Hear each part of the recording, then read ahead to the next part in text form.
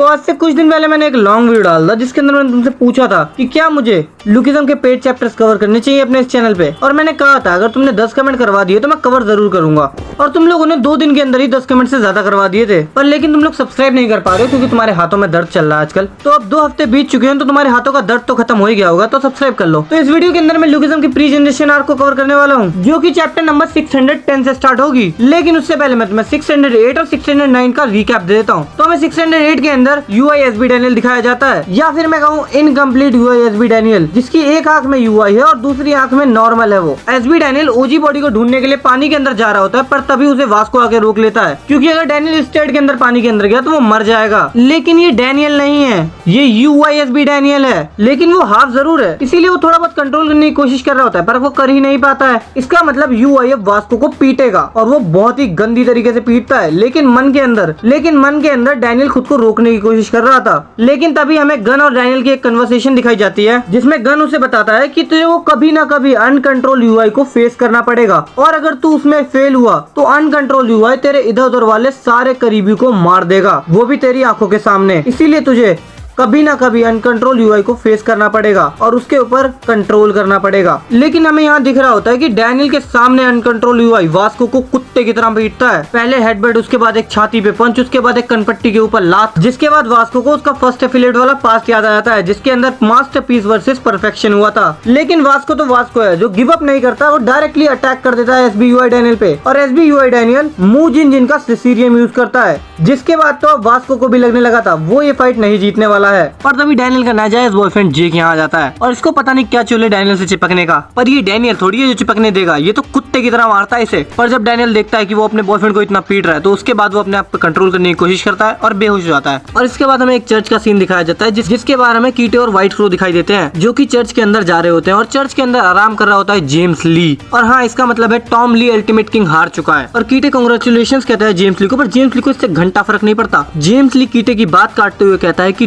Daniel park कहाँ है, और फिर कीटे जेम्स ली को बताता है वो तो मर चुका है, और उसी टाइम पे व्हाइट क्रो बताता है कि वो तो पहाड़ी से गिर चुका है, अब तो शायद उसकी बॉडी भी ना मिले। और जेम्स ली एक ही बात कहता है कि भूतनी के कीटे की, मैंने तेरे को बोला था ना कि डैनियल पार्क मुझे जिंदा चाहिए, तुझे मेरी बात समझ में नहीं आती क्या? लगता है कीटे मुझे तेरे को तेरी औकात दिखानी पड़ेगी। और ये क्या फेस है जेम्स ली का, भाई कितना एंग्री है ये, शायद से फर्स्ट टाइम हमने जेम्स ली को इतना एंग्री देखा है। और मैं शौक हूँ कि जेम्स ली नेगोशिएट नहीं कर रहा है कीटे से, कीटे को धमकी दे रहा है डायरेक्टली। और उसके बाद कीटे सामने से रिप्लाई देता है बस तूने अब लाइन क्रॉस कर दी है, और सेम टाइम पे जेम्स ली भी कहता है कि नहीं तूने लाइन क्रॉस कर दी है। समझ रहे हो, ये दोनों यहाँ भिड़ने वाले हैं, और अगले पैनल के अंदर ही हम लोगों को देखने को मिलता है इन दोनों का एक तगड़ा वाला फेस ऑफ। और फिर ये दोनों लड़ना शुरू करते हैं, और कितने अजीब तरीके से लड़ रहे हैं, जैसे जेम्स ली ने नी मारी है और हाथों से ब्लॉक करा है सामने का पंच, और वहीं कीटे ने एक हाथ से जेम्स ली की नी ब्लॉक की और एक हाथ से पंच कर रहा है। और इसके बाद जेम्स ली बोलता है कि मुझे पहले ही तेरे को बता देना चाहिए था कि कुत्ते की क्या औकात होती है, और सामने से कीटे बोलता है आई एग्री, मुझे तुझे पहले ही बता देना चाहिए था कि हम दोनों में कुत्ता कौन है। ये दोनों यहाँ पे एक दूसरे को गंदी तरीके से रोस्ट कर रहे हैं। इसके बाद कीटे एक पंच करता है जिसे जेम्स ली डॉज कर लेता है, उसके बाद जेम्स ली एक किक करता है जिसे कीटे डॉज कर लेता है। इसके बाद कीटे एक पंच करता है जिसे जेम्स ली ब्लॉक कर लेता है, पर कीटे की स्ट्रेंथ तुम लोग भी जानते हो, कीटे ने एक पंच से ही जेम्स ली को पुश तो किया है। और इसके बाद कीटे अपना वो डार्क वाला पंच मारने जा रहा होता है, जिसे देख के सबके सब शॉक हो जाते हैं इधर उधर वाले। और तभी जेम्स ली वो अपनी लाइट वाली स्किल यूज करता है, जिससे वो अचानक से डॉज कर लेता है कीटे का पंच, जिसे देख के तो कीटे भी शॉक है। पंच जेम्स ली को नहीं लगा, लेकिन पंच लगेगा तो किसी को। उस पंच के इम्पैक्ट से पूरे चर्च के परखच्चे उड़ जाते हैं, जिसके बाद इम्पैक्ट की वजह से ये दोनों पीछे हो जाते हैं। लेकिन तभी ये लोग एक दूसरे की तरफ आगे बढ़ रहे होते हैं, तभी इन दोनों के बीच में मिस किम आके गिरती है। और मेरा पहला सवाल, किसने हाथ लगाया मिस किम को? कीटे की स्ट्रेंथ और जेम्स ली की स्पीड दोनों बुंड में डाल देंगे, कॉकरोचेज ही कहते हैं, हाथ नहीं लगना चाहिए रिपोर्टर किम को। और मिस किम को फेंकने वाला होता है व्हाइट क्रो, इस कुत्ते को पहले बाहर निकालो यहाँ से। और ये भी यही बोलता है कि भाई तुम्हें लड़ना वड़ना है, जो भी करना है करो, पहले मेरा पैसा दो, मैं जा रहा हूँ यहाँ से। तभी व्हाइट क्रो कहता है कि जेम्स ली मुझे आपसे ये उम्मीद नहीं थी कि आप ऐसा बिहेवियर दिखाओगे। और तभी वो बोलता है कीटे से भी कि भाई मेरे को आपसे भी ये उम्मीद नहीं थी। डायरेक्टली बोलूं तो ये दोनों को मक्खन लगा रहा है, भाई पॉलिटिशियन बन चुका है अब जेम्स ली, एक्स्ट्रा पैसे नहीं देगा तेरे को। और तभी टॉम ली उठ जाता है, मेरे को लगा टॉम ली मर चुका है, पर नहीं, वो बेहोश ही हुआ है बस। टॉम ली उठते ही बोलता है रिपोर्टर किम को हाथ नहीं लगना चाहिए। उसके बाद व्हाइट क्रो टॉम ली को प्रोवोक करता है रिपोर्टर किम के ऊपर चाकू लगा के। इतनी बुरी हालत में भी टॉम ली बोलता है आज मैं इस सफेद कौवे के सारे पंख उखाड़ दूंगा। जिसके बाद व्हाइट क्रो रिपोर्टर किम को स्टैप करता है, जिसे देख के टॉम ली भीख मांगने लग जाता है। लिटरली ये पैनल देख के तो मैं ही शॉक हो गया भाई। जिसके बाद वो वहीं घुटने में बैठे हुए अपना सर बार बार जमीन पे मारने लग जाता है और कहता है प्लीज स्टॉप, उसे हर्ट मत करो। जिसे देख के ऑब्वियसली रिपोर्टर किम भी रिटेलिएट करती है और टॉम ली को वो रुकने के लिए बोलती है, पर तभी व्हाइट क्रो जो चाकू स्टैब किया था मिस किम के अंदर वो बाहर निकाल देता है। इस कुत्ते को अगर नरक में भी जगह मिली तो मैं नरक में भी प्रोटेस्ट करने लग जाऊंगा इसके खिलाफ। तो इसके बाद हमें जूनियन पार्क दिखाया जाता है। हमें लगा था जूनियन पार्क मर चुका है, पर नहीं, वो बस बेहोश हुआ था क्योंकि दो लोग अभी उसे जेम्स ली के सामने लेके आते हैं और तभी जेंटलमैन बोलता है कि मैं शॉक हूँ इस नजारे को देख के जिसके अंदर मिरर किंग और Tom Lee the ultimate king दोनों के दोनों घुटने पे हैं। और जूनियन पार्क को देख के रिपोर्टर किम कहती है लीडर जूनियन पार्क। और जिसको भी ये सुन के शौक लगा है, मैं तुम्हें पहले ही एक बात बता दूं, मैंने इसके आगे के 2-4 चैप्टर और पढ़ रखे हैं और हाँ, लीडर है Jinyoung Park. Gapryong Kim is not a leader of fist gang, he is the strongest character of fist gang. लेकिन अगर तुम्हें ये अभी समझ में नहीं आ रहा तो इस वीडियो के एंड तक समझ में आ जाएगा। वीडियो देखते रहो बस और लाइक एंड सब्सक्राइब भी कर लो अब तो। इसके बाद जूनियन पार्क कहता है लॉन्ग टाइम नो सी रिपोर्टर किम और कहता है कि मैं एम्बैरेस हूँ अपनी स्टेट के लिए जिसके अंदर मैं आपको ग्रीट नहीं कर सकता हूँ। इसके बाद जेम्स ली जूनियन पार्क को कहता है कि आपको पता नहीं है आप कितनी हार्ड स्टेट में हो यहाँ पे। सामने से जूनियन पार्क कहते हैं तेरे को मारना है तो मार दे, मुझे घंटा फर्क नहीं पड़ता। टॉम ली ने अपना पूरा ऑरा खो दिया, यहाँ जूनियन पार्क ऑरा पे ऑरा बनाया जा रहा है। इसके बाद जेम्स ली बोलता है कि आप मेरे को बहुत टाइम बाद मिले हो, क्या आप अवेक हो चुके हो? सामने से जूनियन पार्क थूक देता है जेम्स ली के मुंह पे, ले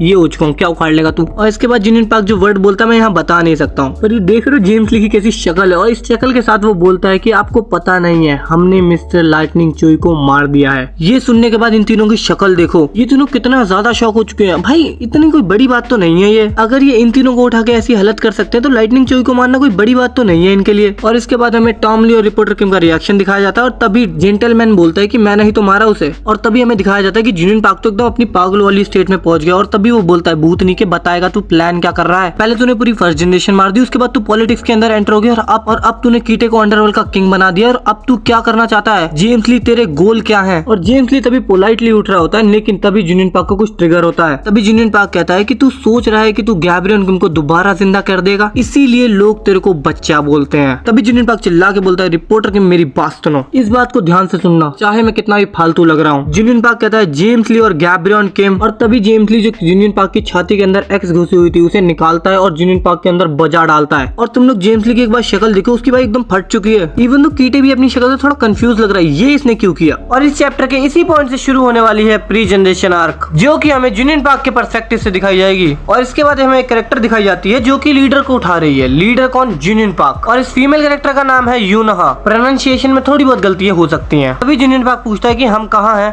तभी यूनहा बताती है हम सिटी के अंदर है जहाँ हम बहुत दिनों से बिना सोए फाइट कर रहे हैं और फाइनली आज हम ये फाइट जीत चुके हैं। और तभी जूनियन पार्क साइड में एक बंदे को देखता है और वो बोलता है कि उस दिन मैंने उस इंसान से मिला था और शायद उस दिन मुझे उसे मार देना चाहिए था। और कौन है वो? नन अदर देन चार्ल्स चोई। और इसी के साथ ये चैप्टर खत्म हो जाता है। हाँ, ये वीडियो खत्म नहीं हुआ है अभी, क्योंकि ये था प्री जनरेशन आर्क का इंट्रोडक्शन। अब शुरू होती है प्री जनरेशन आर्क। और इसके बाद चैप्टर की स्टार्टिंग में ही हम लोग एक स्टैचू देखते हैं जो कि शिंगन यामाजाकी का नहीं है। मुझे भी स्टार्टिंग में यही लगा था, पर मैंने आगे के चैप्टर्स पढ़ रखे हैं तो ये शिंगन यामाजाकी का तो नहीं है। ये इस एरिया के लोकल यामाजाकी लीडर की स्टैचू है। ये कोई स्पॉइलर नहीं है, बट ये एक इन्फॉर्मेशन है। पर अभी स्टैचू के नीचे यामाजाकी कुछ लोगों का एग्जीक्यूशन कर रहे हैं और इधर उधर वाले लोग डरे हुए हैं और वो यही बोल रहे हैं कि अगर हम लोगों ने यामाजाकी की बात नहीं मारी तो हमारा भी एग्जीक्यूशन हो सकता है। और इसके बाद ये यामाजाकी एग्जीक्यूशन कंप्लीट कर देता है और उसके बाद हमें देखने को मिलती है रिपोर्टर किम। देखो, रिपोर्टर किम मैं इसलिए बोल रहा हूँ क्योंकि जो रिपोर्टर किम का नाम है ना, ये मुझसे बोला नहीं जा रहा है। इसके बाद हम यूनहा को देखते हैं जो कि एक फाइट के अंदर है। सॉरी, पूरी जूनियन पार्क की गैंग यामाजाकी से भिड़ी हुई है और यूनहा उन्हें सपोर्ट कर रही है। और अगर तुम इस पैनल को ध्यान से देखोगे तो जूनियन पार्क की गैंग ही ज्यादा पिट रही है। और हाँ, यूनहा सिर्फ सपोर्ट नहीं कर रही है, वो लड़ भी रही है, जिसके लिए वो स्ट्रेंथ, स्पीड एंड टेक्निक का यूज करके एक साथ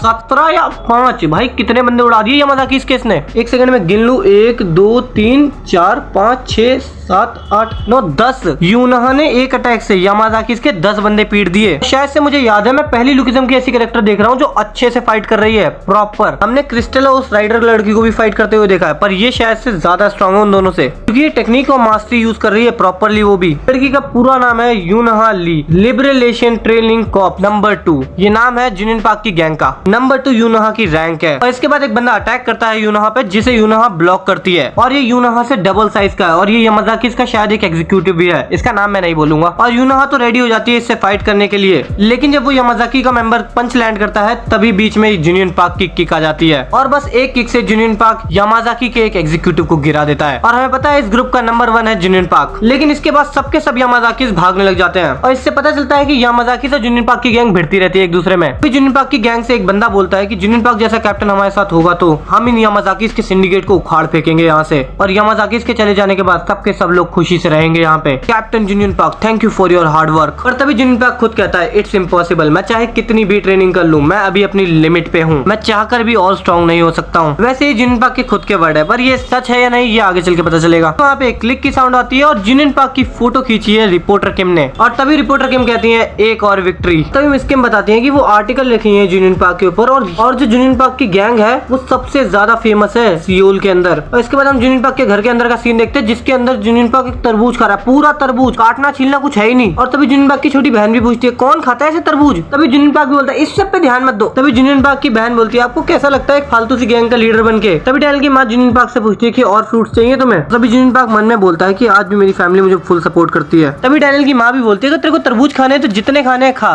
पर एटलीस्ट काट ले, छिक्कल के साथ तरबूज कौन खाता है। तभी डैनियल का बाप भी यही कहता है कि तेरे को जितना खाना है तू खा, बिजनेस बाद में आता है, पहले तू आता है जुनियन पार्क। और तभी इस खाने पीने की कन्वर्सेशन के बाद जुनियन पार्क बोलता है कि आप दोनों मुझे बहुत सपोर्ट करते हो, जबकि आप दोनों कितने हार्ड वर्किंग हो, आप लोग कितनी मेहनत करते हो मुझे स्कूल भेजने के लिए, और मैं कहाँ रोज यामाजाकी सिंडिकेट से लड़ता रहता हूँ। और तभी डैनियल की माँ बोलती है कि तू जब चाहे तब फार्मेसी की डिग्री कर सकता है, और हाँ जुनियन पार्क फार्मेसी की डिग्री कर रहा है, पर अगर तूने अपनी कन्विक्शन लूज कर दी तो इट्स ओवर, और बाकी हम सब तो तेरे पे बिलीव करते ही हैं। और इसके बाद जुनियन पार्क डैनियल के बाप से पूछता है कि इतने टाइम से आप लोग ट्राई कर रहे हैं पर आपका अभी तक कोई बच्चा नहीं हुआ। इस पे डैनियल का बाप बोलता है हम लोग बहुत टाइम से ट्राई कर रहे हैं और इस बार तो हम लोग हॉस्पिटल भी गए थे। और हॉस्पिटल का नाम सुन के जुनियन पार्क पूछने लग जाता है कि डॉक्टर ने क्या कहा, जिसपे डैनियल का बाप रिप्लाई देता है कि डैनियल की जो माँ है वो माँ नहीं बन सकती है, जिसपे माहौल बहुत शांत हो जाता है। पर तभी डैनियल का बाप बोलता है डोंट वरी, वर्ल्ड में कुछ भी इम्पॉसिबल नहीं होता है। और यहीं से एक मिस्ट्री आती है कि डैनियल की माँ अगर माँ नहीं बन सकती है तो डैनियल पैदा कैसे हुआ। Pre generation arc mystery solve होने के लिए आई थी या मिस्ट्री क्रिएट करने के लिए। और डैनियल का बाप बोलता है हमें अभी इस सब पे फोकस करने की जरूरत नहीं है, हमें अभी जुनियन पार्क पे फोकस करने की जरूरत है। अभी जुनियन पार्क का माइंड डाइवर्ट नहीं होना चाहिए, जुनियन पार्क को अपने पाथ पे काम करना चाहिए। इससे हमें पता चलता है कि यहाँ सबके सब जुनियन पार्क पे बहुत भरोसा करते हैं और ये सब बिलीव करते हैं कि जुनियन पार्क यामाजाकी को हरा सकता है। और इसके बाद हमें मिस किम दिखाई जाती है जो कि जुनियन पार्क को कुछ और लोगों के बारे में बताती हैं जो कि सिमिलरली जुनियन पार्क की तरह फाइट कर रहे हैं यामाजाकी सिंडिकेट से। वो पहले बताती है रिक्शे वाले के बारे में जिसने रिफ्यूज कर दिया है यामाजाकी सिंडिकेट्स के रूल्स को मानने से, और उसका नाम है बाकुहान। हाँ, नामों के मामले में मेरा प्रोनाउंसिएशन बहुत खराब है, तुम लोग ठीक भी नहीं करवा सकते तो बस सहन कर लो इसे। और इसके बाद वो बताती है लाइटनिंग चोई के बारे में जिसके बारे में हम सभी जानते हैं। फिर वो बताती है द 3 रेस्पिरेटेड रासल्स के बारे में, जिन लोगों ने भी फर्स्ट एफिलेट आर्क देखी है वो इन तीनों को जानते ही होंगे। जिसके बाद वो बताती है 2 भाइयों के बारे में, टेगुहान और गॉनकुआन के बारे में, जो कि लिबरेशन के लिए बहुत टाइम से लड़ रहे हैं। और इसके बाद वो हमें कई सारे और ग्रुप्स के बारे में बताती हैं जो कि यामाजाकी से लड़ रहे हैं। और इसके साथ साथ वो हमें बताती हैं कुछ टॉप टियर कैरेक्टर्स के बारे में लाइक मू जिन जिन, बैंग लियन जेरी के बाप के बारे में। और इसके बाद वो मैजिक किम से पूछती है कि तुम इन सबको यूनाइट कैसे करवाने वाले हो, क्योंकि तुम ही हो जो ये सोच रहे हो। तभी जुनियन पार्क बोलता है कि मैं कुछ खास तो नहीं सोच रहा हूँ, पर मैं इन सबको यूनाइट करवाना चाहता हूँ क्योंकि मुझे पता है कि मैं अकेले तो यामाजाकी सिंडिकेट से नहीं जीतने वाला हूँ। तभी यहाँ एक यामाजाकी का बंदा आता है जो बोलता है कि हमने जुनियन पार्क को ढूंढ लिया है, जिसके बाद सारे यामाजाकी वाले जुनियन पार्क को पकड़ने आ ही रहे होते हैं। तभी जुनियन पार्क भी खड़ा हो जाता है और जुनियन पार्क कहता है कि मिस किम आप मेरे पीछे खड़े हो जाओ, मैं इन्हें इनकी औकात दिखाता हूँ। और वो यामाजाकी वाले तो फुल बोलते हुए आ रहे इसे छोड़ना नहीं, इसे पकड़ लो आज। तभी जुनियन पार्क बोलता है तुम रिग्रेट करोगे, पर जुनियन पार्क के बोलते ही तभी यहाँ पे एक बंदा आता है जो 2 यामाजाकी वालों का सर पकड़ता है और कुचल देता है जमीन में। जुनियन पार्क तो एकदम शॉक हो चुका है, उसे तो कुछ भी नहीं पता है, पर जब मिस किम उसे ध्यान से देखती है तब वो बताती है ये है जेरी का बाप। और तभी यामाजाकी वाले फॉल हीरो को देख के भाग जाते हैं। जेरी के बाप का टाइटल नेम फॉलन हीरो है। इसके बाद मिस किम बोलती है कि जुनियन पार्क जाके तुम्हें इस बंदे से बात करनी चाहिए क्योंकि तुम्हारे साथ अगर ये बंदा ऐड हो गया तो तुम्हें यामाजाकी के सामने एक अपर हैंड मिल जाएगा। और जुनियन पार्क ये सोच ही रहा होता है तभी जेरी का बाप उसके साइड से निकल जाता है और जेरी का बाप बोलता है आई एम सॉरी, मैं तुम्हारे लिए एक फ्रेश बोल ले लूंगा। और वो बोलता है ये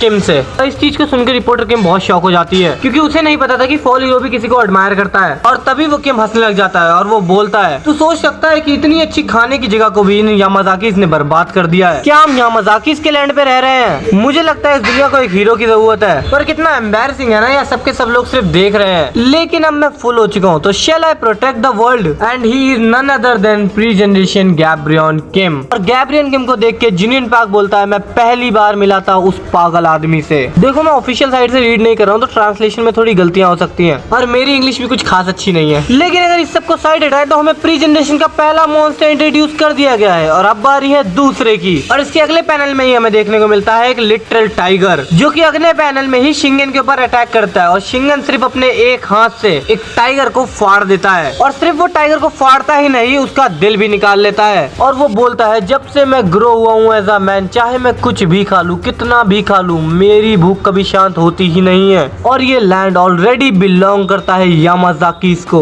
और वो उस टाइगर का रॉ दिल खाने लग जाता है। फिर वो कहता है, क्या इस बार मुझे इस पूरी दुनिया को निगल जाना चाहिए। और ये है pre generation Shingen Yamazaki, the leader of Yamazaki syndicate. और इसके बाद हमें इन दोनों को एक फेस ऑफ दिखाया जाता है। और तुम लोगों को अगर समझ में नहीं आया तो मैं तुम्हें बता दूं, ये लोग भूख की बात नहीं कर रहे हैं, यहाँ पे खाने वाले भूख की बात नहीं कर रहे हैं। क्योंकि जब गैब्रियल किम ने बोलता तो मैं फुल हो चुका हूँ, तो वो भूख की बात कर रहा था, यानी कि वो लड़ाई की भूख की बात कर रहा था। क्योंकि उसने डिसाइड कर लिया कि अब वो खुद के लिए नहीं लड़ेगा, अब वो लड़ेगा वर्ल्ड को सेव करने के लिए। और शिंगन जिस भूख की बात कर रहा है वो है लड़ाई की सेटिस्फेक्शन की। अब भी शिंगन इतना ज्यादा ताकतवर है कि वो किसी से भी लड़े वो सेटिस्फाई ही नहीं होता है। इसीलिए वो सोच रहा है क्या मुझे इस दुनिया को डिस्ट्रॉय कर देना चाहिए। और इसके बाद गैब्रियल किम बोलता है कि मैं इसे अकेले करूंगा कैसे पर। और तभी जेरी का बाप बोलता है, एग्जैक्टली, तो बंद कर अपना ये नॉनसेंस। अभी गैब्रियल किम ने इतना अच्छा मोनोलॉग दिया और खुद खड़े होकर उसके ऊपर मुंह दिया। तभी जिन पैक बोलता है, कौन है ये। तभी मिस किम बोलती है, मुझे नहीं पता कौन है ये चूतिया लोफर। और ये क्या कह रहा है, ये दुनिया को बचाएगा यामाजाकी से। और पता नहीं क्यों फॉल हीरो इसे बॉस की तरह क्यों ट्रीट कर रहे हैं। तभी जिन पैक बोलता है कि क्या मुझे इस चूतिये से बात करनी पड़ेगी, ये समय की बर्बादी नहीं होगी, मैं इससे कुछ एक्सपेक्ट नहीं कर रहा हूँ। रिपोर्टर किम कहती है, जेरी के बाप के बारे में क्या ख्याल है। तभी जिन पैक रिप्लाई देता है, कंसीडरिंग ये लोफर उसका बॉस है। इसी के बीच में गैब्रियल किम कहता है, क्या कहा तूने, शायद मुझे लोफर कहा, तू क्या मुझसे लड़ना चाहता है। तभी रिपोर्टर किम कहती है कि अब एक लोफर हमसे लड़ना चाहता है, हम क्या करें। तभी जिन पैक कहता है कि रिपोर्टर किम आप मेरे पीछे खड़े रहो, मैं इसे हैंडल करता हूँ। तभी गैब्रियल किम एक फूल के साथ रिपोर्टर किम को बोलता है, प्लीज मैरी मी, मैंने आप जैसी सुंदर औरत कहीं नहीं देखी है, आप मुझसे शादी कर लो और मेरे बच्चे को पैदा करो। और अगर वो सन होता है तो उसका नाम होगा कीटे। वो पूरा कीटे बोल नहीं पाता, वो बस की बोल पाता है। और तभी उसे जेरी का बाप उठा लेता है और बोलता है, रिस्पेक्ट योरसेल्फ। इसके बाद मिस किम कहती है, जिन पैक तूने बिल्कुल सही कहा, इस फालतू इंसान पे टाइम वेस्ट करने का कोई मतलब नहीं बनता। तभी जिन पैक गैब्रियल किम के मुंह पे आके बोलता है, तूने क्या कहा, तू दुनिया को बचाएगा, तू यामाजाकी से छुप रहा है। और ये उन लोगों के लिए इंसल्ट है जिन लोगों ने डिफिकल्ट लाइफ चुनी है यामाजाकी के सामने। और मुझे नहीं पता तेरे जैसा गुंडा कहाँ से आया है, बट अपनी जबान संभाल के बात कर। तभी जिन पैक के पीछे से आवाज आती है जापानीज के अंदर, सामने से हट जाओ, तुमने हिम्मत कैसे की हमारे सामने आने की। और जब जिन पैक पीछे मुड़ता है तो वो देखता है कि यामाजाकी किसी को एग्जीक्यूशन के लिए ले जा रहे हैं। तभी मिस किम चिल्ला के बोलते हैं, रिक्शा मैन बैगवान, ये वो रिक्शे वाला बैगवान है, ये one of the big shot है सियोल का, लगता है यामाजाकी ने इसे पकड़ लिया है और वो इसे एग्जीक्यूशन के लिए स्टैचूज के सामने ले जा रहे हैं। तभी जिन पैक भागते हुए बोलता है, मेरे को उसे बचाना होगा। तभी रिपोर्टर किम बोलती है, जिन पैक। और तभी जेरी का बाप जिन पैक को पीछे से पकड़ लेता है। जिन पैक तो चिल्लाने लग जाता है, क्या कर रहे हो तुम। जेरी का बाप तो बस इतना बोल रहा होता है, काम डाउन। तभी जेरी का बाप बोलता है, तुम लोगों ने अभी कुछ देर पहले ही तो कहा था कि तुम लोग फाइट कर रहे हो यामाजाकी से सीक्रेटली। और जिन पैक बोलता है, हाँ हम लोग सीक्रेटली फाइट कर रहे हैं, पर ये वो समय नहीं है। तभी जेरी का बाप मन में बोलता है कि एक आदमी को पता होना चाहिए कि कब वो केयरलेसली काम कर सकता है, और इसे पता है कि ये इस समय पे सही कर रहा है। जेरी का बाप बोलता है कि यहाँ एक और बंदा है जिसके थोड़े रोमांटिक व्यू है लाइफ को रिलेटेड। जिन पैक बोलता है, romantic view, what the fuck. और हम देखते हैं कि गैब्रियल किम यामाजाकी के सामने जाके खड़ा हो चुका है और यामाजाकी वाले पूछ रहे हैं, कौन है तू। तभी गैब्रियल किम कहता है कि मैं वो हूँ जिसने डिक्लेयर किया है कि वो इस पूरे वर्ल्ड को बचाएगा। यामाजाकी वाले बोलते हैं, बुलशिट, लगता है तू बुनकोंग को बचाने आया है। और वो लोग गैब्रियल किम को चारों तरफ से पकड़ लेते हैं। तभी जिन पैक जेरी के बाप से खुद को छुड़वा लेता है और बोलता है कि मुझे वहाँ जाना पड़ेगा, वो अकेले वहाँ क्या कर रहा है। तभी जिन पैक शॉक हो जाता है और जेरी का बाप बोलता है, wait and watch, you to trust him. और इसके बाद हम लोग देखते हैं कि गैब्रियल किम को यामाजाकी के 4 बंदों ने पकड़ रखा है, लेकिन गैब्रियल किम चला ही जा रहा है। जिसके बाद गैब्रियल किम आगे जाके उस बंदे को देखता है जिस बंदे को यामाजाकी वालों ने पकड़ रखा था। और उसके बाद वो एक पंच करता है उस स्टैचू के ऊपर अपनी ओवरवेलमिंग कन्विक्शन की पावर से, जिससे वहाँ सब कुछ गायब हो जाता है। जिसके बाद हम लोग देखते हैं कि सिर्फ गैब्रियल किम खड़ा हुआ है, बाकी सारे यामाजाकी के बंदे गिर चुके हैं। इसके बाद गैब्रियल किम कहता है कि अब मुझे क्या करना चाहिए। फिर वो कहता है, कुछ भी नहीं, बस मुझे इस दुनिया को बचाना ही तो है। और अगले ही पैनल में हम लोग देखते हैं कि जिन पैक गैब्रियल किम का कॉलर पकड़ के बोल रहा है, तुझे पता भी है तूने क्या किया है, हमें वहाँ जाके बस उसे बचाना था, तूने स्टैचू क्यों तोड़ी, तूने इससे एक वॉर स्टार्ट कर दी है, अब तू सिविलियंस को कैसे बचाएगा, शिंगन से कैसे फाइट करेगा, और उसके नीचे आने वाले 3 एग्जीक्यूटिव से कैसे फाइट करेगा, और क्या तेरे पास लोग हैं इन सब से लड़ने के लिए, और हम लोग कहाँ से लाने वाले हैं उनसे लड़ने के लिए, और तूने बिना किसी प्लान के स्टैचू तोड़ी ही क्यों।